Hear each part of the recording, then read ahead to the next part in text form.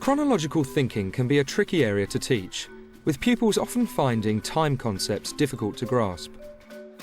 The out-of-sequence primary curriculum doesn't help, and the QCA has cited chronology as being an area of concern. In the Key Stage 2 History programme, Chronology Workshop, Heather Cox and Helen Schmitz from Cromer Road Primary School in North London were amongst a group of teachers who road-tested a new range of chronology activities developed by Alan Hodkinson. Today, they are putting what they learnt into practice in class. They will team teach a Year 4 lesson, including a time machine game, a revamped version of the timeline activity, and a maths quiz. Observed by Alan, Heather and Helen find out how useful the activities are and discuss ways they may be useful in a range of lessons.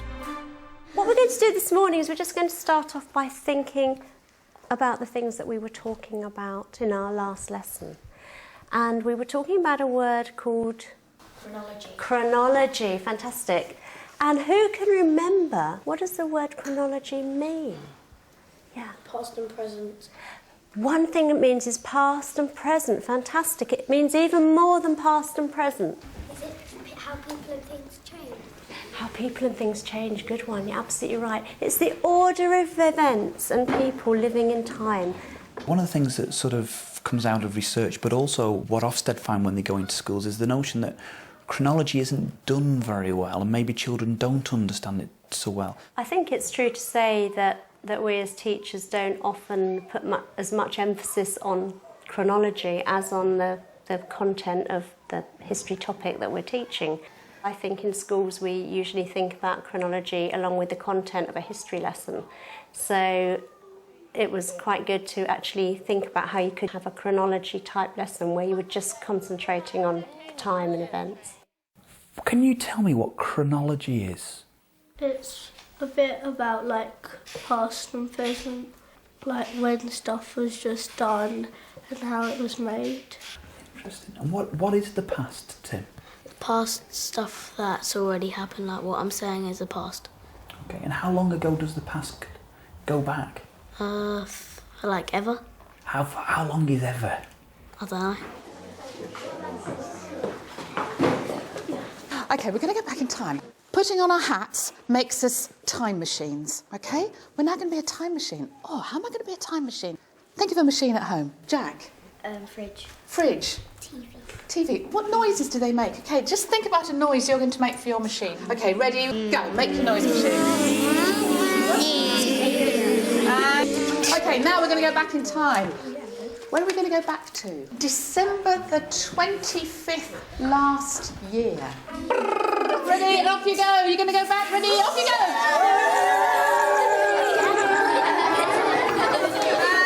Freeze. What can you see, Daniel? Presents. Presents, what can you see? My brother's woke me up and I'm going downstairs to open the presents in my stocking. I can see me waking up really early. I can see my sister snoring when I'm trying to wake her up. Every single child was involved in that activity. Every single child knew where they were going in their own mind and knew what they were seeing when they got out of that spaceship. That was really interesting. When we were doing it with you, we drew that on a piece of paper. We had talked about possibly getting them to draw on whiteboards because we had put that in the planning, but somehow it didn't seem to work. It didn't seem appropriate today. So in a sense, I suddenly realised, oh well, no, I prefer the whole visualisation bit, and it didn't matter that you didn't draw it in the end. Where else could we go? Henry VIII. OK, right, we're going to go back to Henry VIII. Switch on, ready, go.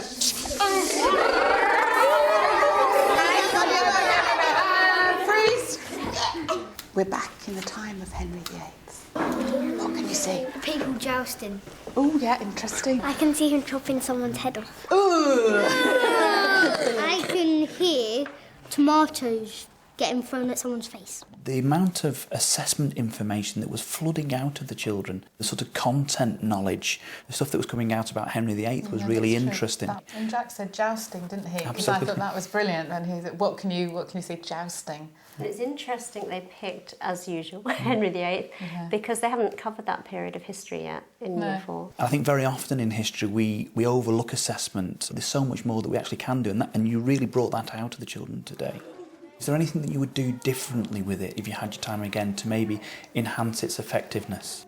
Just revisit that in the plenary, couldn't you? If you'd done a lesson where you'd started with your time machine, you'd then had a content, and then you'd got back in your time machine at the end, and you'd actually gone back to that time, that would be a really interesting assessment. What do you now see? Yeah. I'm going to hand you an envelope, and I want you to discuss what you found out about the things that are inside your envelope. Off you go.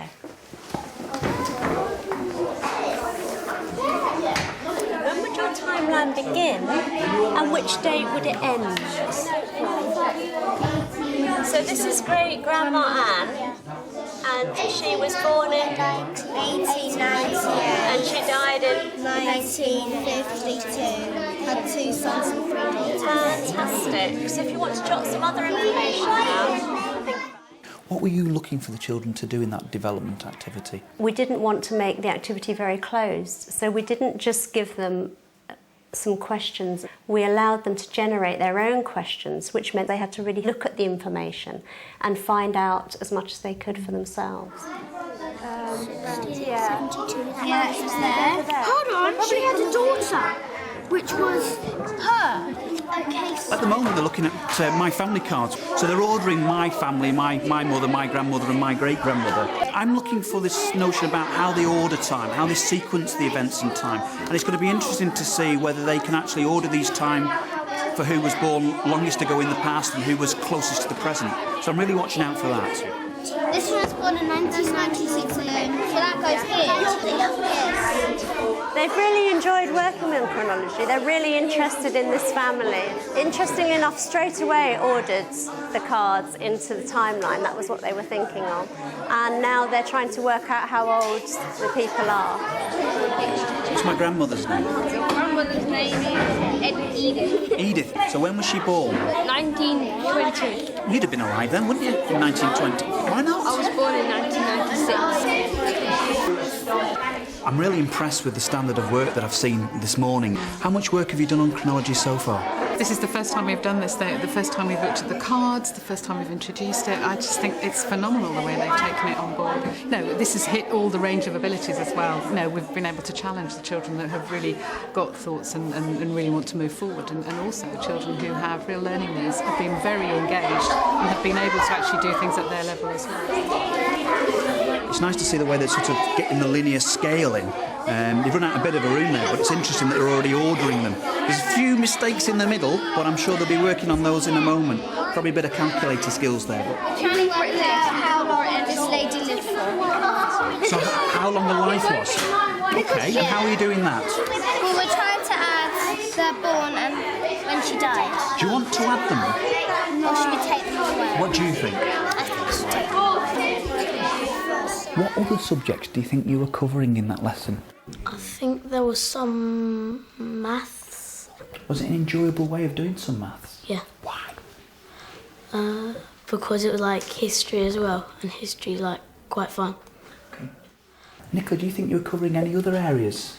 We could have been doing a bit of literacy because we was actually doing some on the whiteboards. We was writing down what their names was and we was finding out more about them. Anybody want to say anything then? Yeah. They're his family and he's 38. They're his family, and he is who? 38. Mr. What is it? Hodkinson. Mr. Hodkinson. And you've worked out that's him. What is the difference in age between Mr. Hodkinson's mum and Mr. Hodkinson? We did 62 take away 38. Can you explain to me why you did 62? Because the mum is 62 and Mr. Hodkinson is 38. So the difference is 24 years. Well done. The questions that they developed were high-order questions, and I think that the range of work that could have led on to in terms of research work, I think would have been very profitable to follow that up. It was really nice that they could see that they, were meaningful, not just pictures that have been posted in it was real information. So that the meaningful bits were important, and then to take again, remove it a step further to actually take it into sort of the history and chronology, and actually see famous people, and that was also very useful with the larger cards. Within your group, I'm going to give you 3 cards that are the same. They're going to have a famous person on them. Whose famous person in their hand is somebody who died in 1933. We've got Anne Besant. I want you to put Anne Besant on the timeline. Her death or her birth? You could do either, actually. Fantastic. Which year was Henry VIII born? 1491. And I figured out something. He died on the 28th and he was born on the 28th. How interesting. Do you want to come and show me where he would be on the timeline? One of the children, he went all the way along the timeline, then he went back again, and he then slowly worked his way back, and he got it absolutely perfectly. It's about seeing how children are understanding the issue of sort of timelines. That was really important when I saw that, because it quite clearly showed that that child was being given a physical representation of time that they could work with. Could Winston Churchill have been alive at the same time as Queen Victoria? So could they have been alive at the same time? Yeah. Yes. We've seen how valuable timelines can be in relation to the class. How else could they be used? I'm sure you could do it in assemblies in the hall and things like that, without a doubt. That enables the younger children to see what's coming next in relation to their history work throughout the schools. Because very often we teach the study units in isolation and children lack that understanding about how they can link together. Yeah. When was Queen Victoria born? 1819. Could Henry VIII, who was born here in 1491, could he have known Queen Victoria? No. Why not? Because there's 3 centuries before she was born. Well done. If you had any advice, what would it be about how you can make chronology teaching effective? Just not to be frightened, to just try things out. Yes. And particularly anything that you can do where the children are using their whole body, they do remember things better and they have more fun. So try things out. We're just going to remind ourselves of the words that we've used for different periods of time. What word would you use for a period of 10 years? Decade. 100 years? Century. 1,000 years? I think that we spend a lot of time with the content because we feel safe, but I think it's important that we shouldn't be afraid of a skill like chronology, that children do understand it. I think that the more that time we can give to it, then actually the more they will understand. At the beginning, when they say chronology, past and present, like it sounded really hard.